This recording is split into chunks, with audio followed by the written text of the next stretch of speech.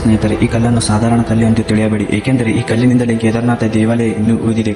ಹೌದು ಫ್ರೆಂಡ್ಸ್, ಏಕೆಂದರೆ ಈ ಕೇದಾರನಾಥ ದೇವಾಲಯವು ಹಿಂದೆ ಸಾಕಷ್ಟು ಮಂಜುಗಡ್ಡೆ ಬೆಟ್ಟ ಗುಡ್ಡಗಳಿಂದ ನೋಡಬಹುದು. ಈ ಬೆಟ್ಟ ಗುಡ್ಡಗಳಲ್ಲಿ ಒಂದು ಬೆಟ್ಟದ ಮೇಲೆ ಸರೋವರವೂ ಇದೆ.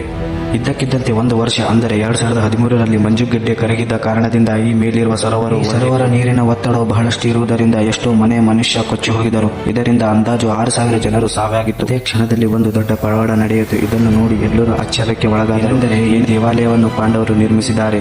ಪಾಂಡವರು ಬಲಿಷ್ಠನಾದ ದಿವೀಮ ಈ ದೇವಾಲಯವನ್ನು ನಿರ್ಮಿಸುವಾಗ ಒಂದು ಶಪಥವನ್ನು ಮಾಡಿದನಂತೆ.